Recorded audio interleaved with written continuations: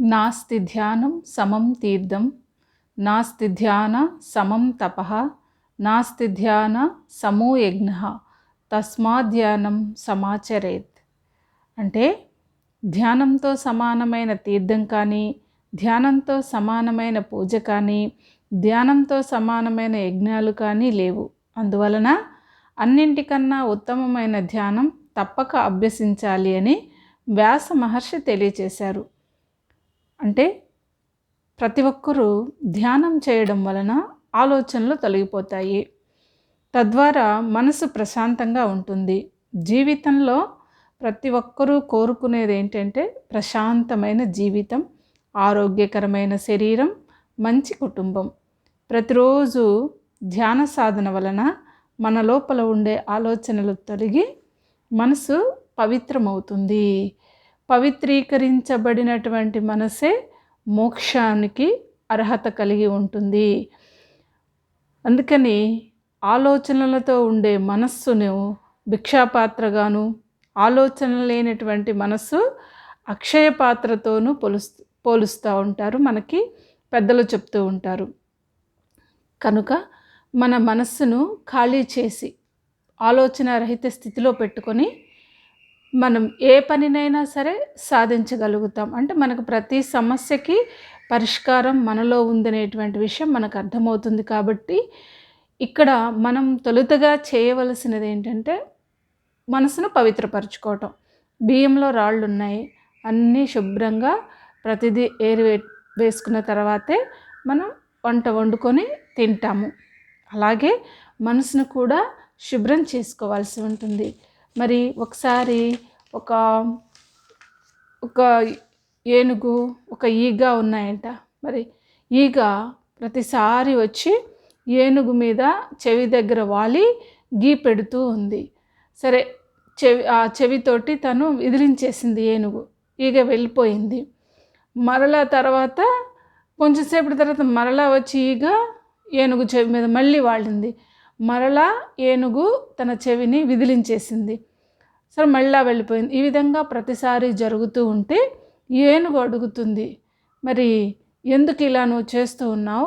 ఇలా ప్రతిసారి నా చెవిలో గీ పెడుతూ ఉన్నావు, చాలా ఇబ్బందిగా ఉంది అని చెప్పి ఏనుగు అడిగితే, ఏం చేయను గజరాజా, నేను చాలా పవిత్రంగా ఉండాలనుకుంటాను, ఏ శబ్దము లేకుండా ఉండాలనుకుంటాను.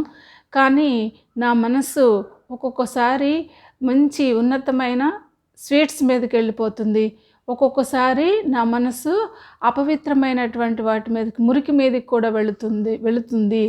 కానీ ఏం చేయను, మరి మీరు ఎలా ఉండగలుగుతున్నారు ఈ విధంగా అని చెప్పి గజరాజుని అడిగితే, అప్పుడు గజరాజు చెప్పిందట, నా చెవులు నేనేం చెప్తే అవి వింటాయి, నా కళ్ళు నేనేం చూడమంటే అవి చూస్తాయి, అంతేకాని అంటే నా ఇంద్రియాలను నేను నా అదుపాజ్ఞల్లో పెట్టుకున్నాను, నేనేం తినమంటే అవే తింటుంది నాలుక అని గజరాజు చెప్పిందట.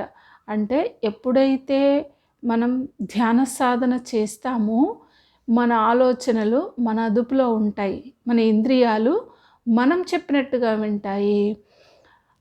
కావున ఆలోచన రహిత స్థితిలో ఉండటమే ధ్యానము. తద్వారా ఆలోచన రహిత స్థితిలో మీరు ఏది అడిగినా అది మీకు రావడం జరుగుతుంది. ఆ సంకల్పం ఏదైతే ఉందో అది ఖచ్చితంగా జరుగుతుంది అని మనకి గురువులు చెప్తూ ఉన్నారు. కనుక ప్రతిరోజు మనం ధ్యాన సాధన చేసి కొంత సమయాన్ని భగవంతునికి కేటాయిస్తాం. ఎందుకంటే మనకి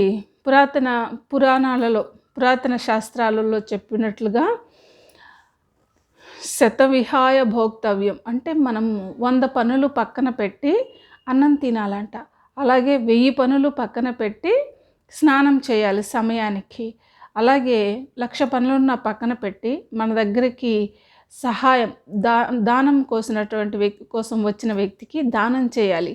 అలాగే ప్రతిరోజు 1,000,000 పనులు మీకు ఉన్నా కానీ పక్కన పెట్టి హరిధ్యానం చేయాలి అని మనకి మహనీయులైనటువంటి వారు చెప్తూ ఉన్నారు. కనుక మన జీవితంలో కొంత సమయాన్ని ప్రతినిత్యము ధ్యాన సాధన, స్వాధ్యాయ సాధన, అలాగే సత్సంగంలో పాల్గొని జీవితాన్ని మరింత ఆనందంగా, మరింత ప్రశాంతంగా జీవించాలి అని చెప్పి మనకి ఈ యొక్క ఆధ్యాత్మిక శాస్త్రము బోధిస్తూ ఉన్నది.